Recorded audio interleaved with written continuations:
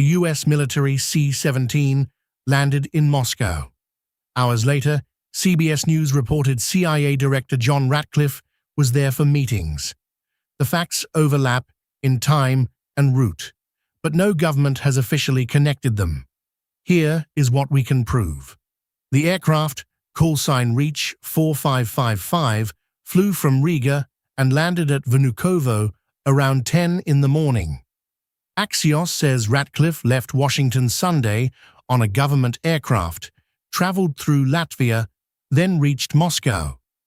Neither side has named his Russian counterparts or disclosed the agenda. This is bigger than a strange flight. One previous public CIA director visit to Moscow came in November 2021, when William Burns warned the Kremlin against invading Ukraine. The CIA has also helped previous US-Russia detainee exchanges. But there is no evidence yet of a new swap, peace deal, or secret bargain. So we do not have an answer. We have a signal stack, a rare military flight, a diplomatic motorcade, and an unannounced CIA visit. Now let's separate what the route actually proves, which explanations survive the evidence, and what could reveal the real mission next. Start with the aircraft. A C-17 moves personnel and heavy cargo. It can carry nearly 171,000 pounds or more than 100 troops. That capability instantly fuels theories about weapons, a delegation, or a detainee transfer. But capability is not cargo. No public manifest has been released. The US government has not officially said Ratcliffe was aboard this particular aircraft. What we have is a powerful route match: Washington, Latvia, Moscow, plus the tracked flight from Riga to Vnukovo. That makes a connection plausible. It does not make it an established fact.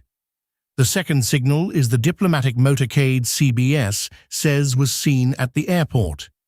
It establishes a government context, not a passenger list. The third signal is Ratcliffe himself. Several American outlets, citing sources, reported that the CIA director was in Moscow for meetings with Russian officials. This is no longer just a story about unusual military logistics. It is a state-level channel that both governments have chosen not to explain publicly. If you want the evidence separated from the loudest theory, subscribe. That boundary is exactly where this story becomes important. The first explanation is Ukraine. It has political logic because the previous public CIA director trip to Moscow was tied directly to the risk of war. But a precedent is not a repeat mission. There is no evidence that Ratcliffe carried a peace plan or that today's visit mirrors Burns's warning. The second explanation is a detainee exchange. That theory also has a factual basis.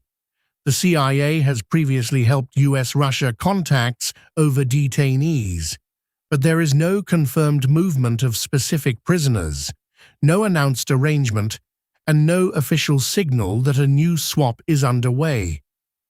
The third explanation is a broader private channel, reducing confrontation risk, delivering warnings, or discussing another issue through intelligence contacts. That fits the senior visitor and the silence.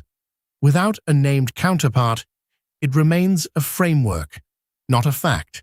There is also a simpler possibility. The C-17 may have supported a government trip without carrying any sensational cargo.